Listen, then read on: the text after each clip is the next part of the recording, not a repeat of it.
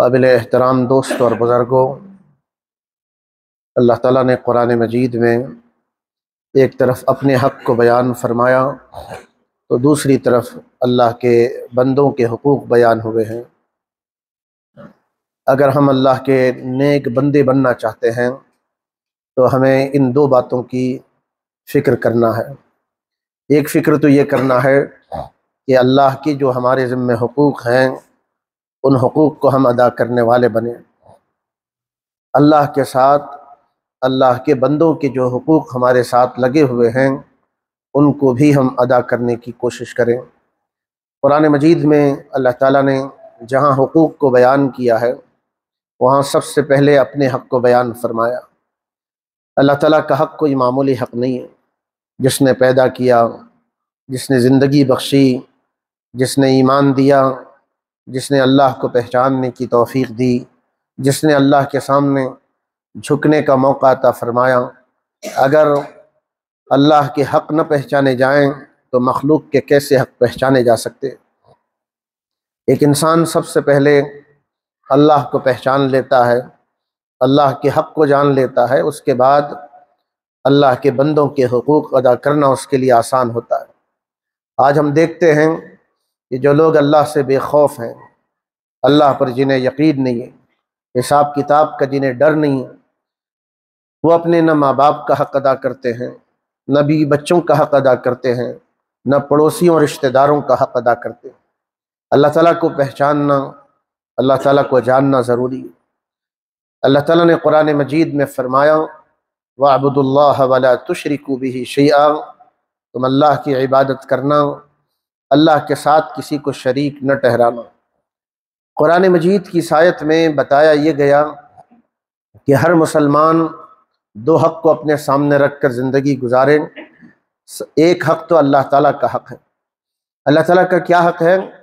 اللہ کا حق یہ ہے کہ بندہ اس بات کا اقرار کرے اور دل سے مانے اور اس کے مطابق اپنی زندگی گزارے کہ اللہ میرا خالق ہے، اللہ میرا مالک ہے، اللہ میرا رب ہے، اسی نے مجھے پیدا کیا، وہی میری ضرورت کا پورا کرنے والا ہے، وہی حاجت روا ہے، وہی میرا مشکل کشا ہے۔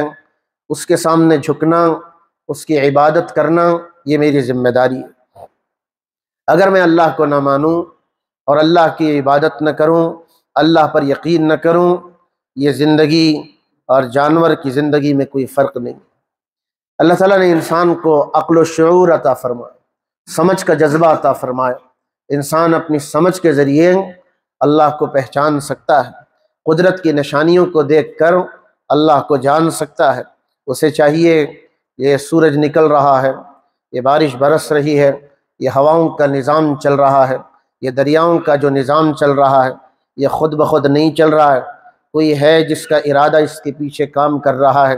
جس کا ارادہ کام کر رہا ہے وہی ہمارا خالق ہے، وہی ہمارا رب ہے۔ ہمارے ذمے اس کا سب سے بڑا حق یہ ہے کہ ہم اس کی عبادت کریں۔ اللہ کی عبادت اللہ کا حق ہے۔ اللہ کی ذات میں شرک اللہ تعالیٰ کی ذات پر ایک ظلم ہے۔